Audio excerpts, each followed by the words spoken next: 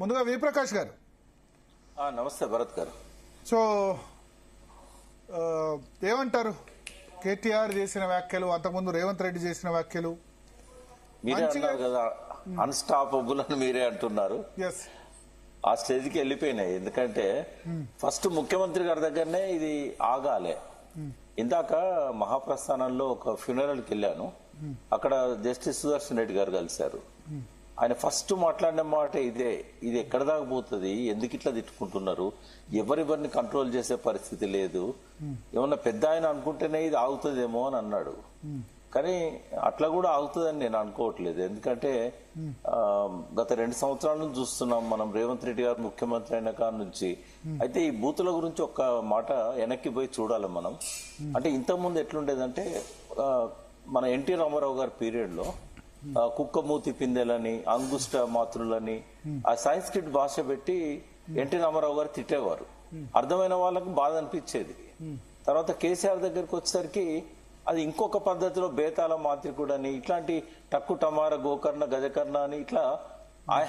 ఇప్పుడు ఏంటంటే రేవంత్ రెడ్డి దగ్గరికి వచ్చేసరికి పక్కా బూతు, అంటే గ్రామీణ భాషలో ప్రజలు నిత్యం ఒకటొకరు తిట్టుకున్నప్పుడు ఎట్లుంటుందో ఆ బూతు తెలంగాణ గ్రామాలలో అది సహజంగా మనం వింటుంటాం. ఎందుకంటే ఇప్పుడు బ్రిటిష్ ఇండియాలో ఉన్న ఆంధ్రకు, నిజాం కింద ఉన్న ఒక ఫ్యూడల్ తెలంగాణకు ఆ భాషలో చాలా తేడా ఉంటుంది గ్రామాలలో.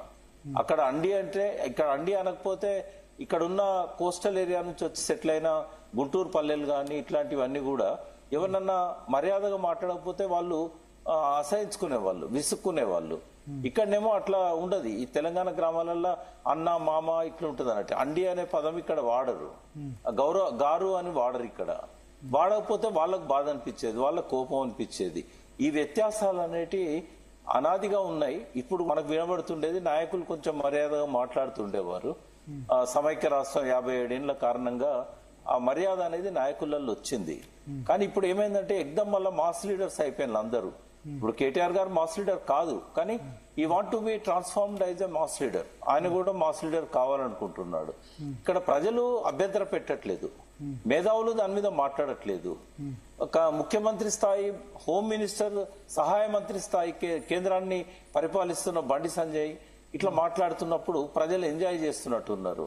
అట్లా మాట్లాడే వాళ్ళకే ఓట్లు పడుతున్నాయని చెప్పి కొంత రిజల్ట్స్ కూడా కనబడతా ఉన్నాయి. కాబట్టి మీరు అన్నట్టు ఇది అన్స్టాపబుల్. నేను అనుకుంటా ఇంకా పతనానికి దారితీస్తుంది. మనము వినలేనంతగా మీరు వాటిని టెలికాస్ట్ చేసేటప్పుడు బీప్ సౌండ్ ఇచ్చేంతగా రేపటి రోజుల్లో మనం జరగబోద్దని నేను అనుకుంటున్నా. దాన్ని మనం ఆపలేము. అది ఆపాలంటే పై స్థాయి నుంచి స్టార్ట్ కావాలి, ముఖ్యమంత్రి దగ్గర నుంచి స్టార్ట్ కావాలి, బండి సంజయ్ దగ్గర నుంచి స్టార్ట్ కావాలి. ఒక బాధ్యతాయుత స్థానాలలో ఉండి రాజ్యాంగం మీద రాగద్వేషాలకు అతీతంగా పరిపాలన చేస్తామని చెప్పి వాళ్ళు ప్రమాణం చేశారు. కాబట్టి ఫస్ట్ అక్కడ నుంచి స్టార్ట్ కావాలి. అక్కడ స్టార్ట్ కాకపోతే ఇక్కడ కింద ఇంకా అది ఏ పార్టీ అయినా కానీ ఇంకా కొంత సిపిఐ సిపిఎం వాళ్ళు మర్యాదగా మాట్లాడతారు. బహుశా రేపటి రోజుల్లో వాళ్ళు కూడా ఇదే భాషకు దిగజారడానికి గ్యారంటీ ఏం లేదు. ఎందుకంటే ప్రజలు ఎంజాయ్ చేస్తున్నారు. లీడర్ డెఫినేషన్ మారిపోయింది.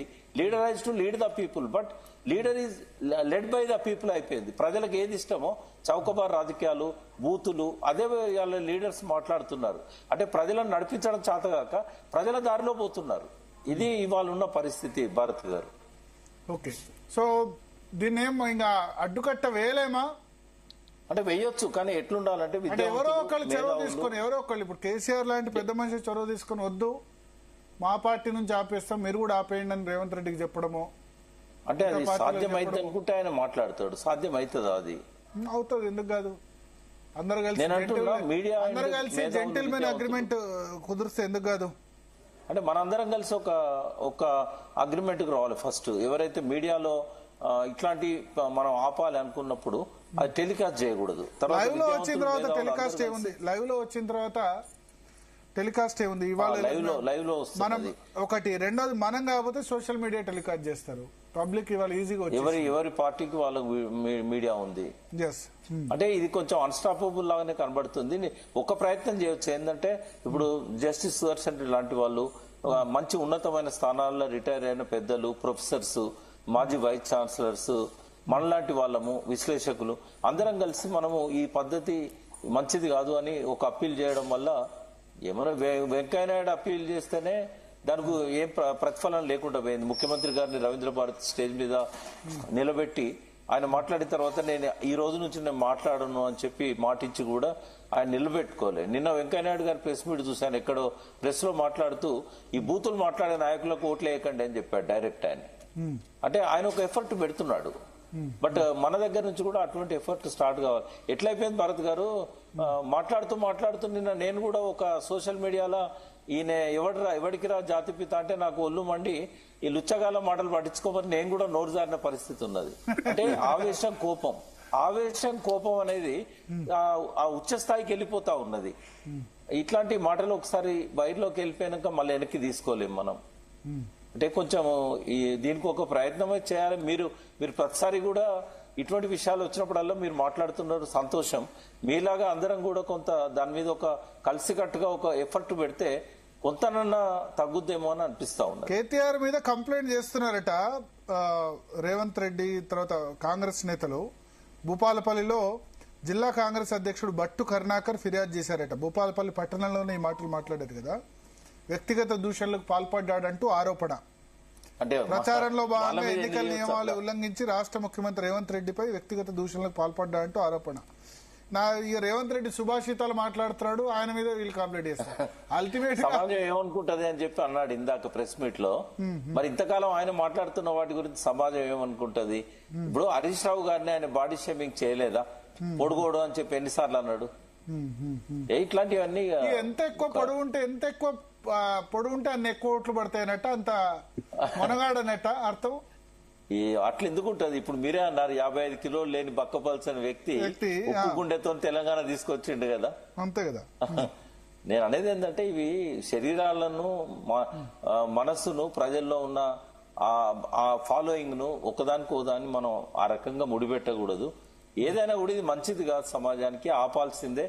ఎక్కడో ఒక బ్రేక్ పడాలి. ఎలక్షన్ కమిషన్ ఒకవేళ ఫిర్యాదు మీద స్పందించి ఎన్నికలప్పుడన్నా ఇట్లాంటిది కట్టడి చేస్తే మిగతా టైంలో ఏదో ఒక పద్ధతిలో ఆపడానికి ప్రయత్నం చేయొచ్చు. ఓకే శరత్.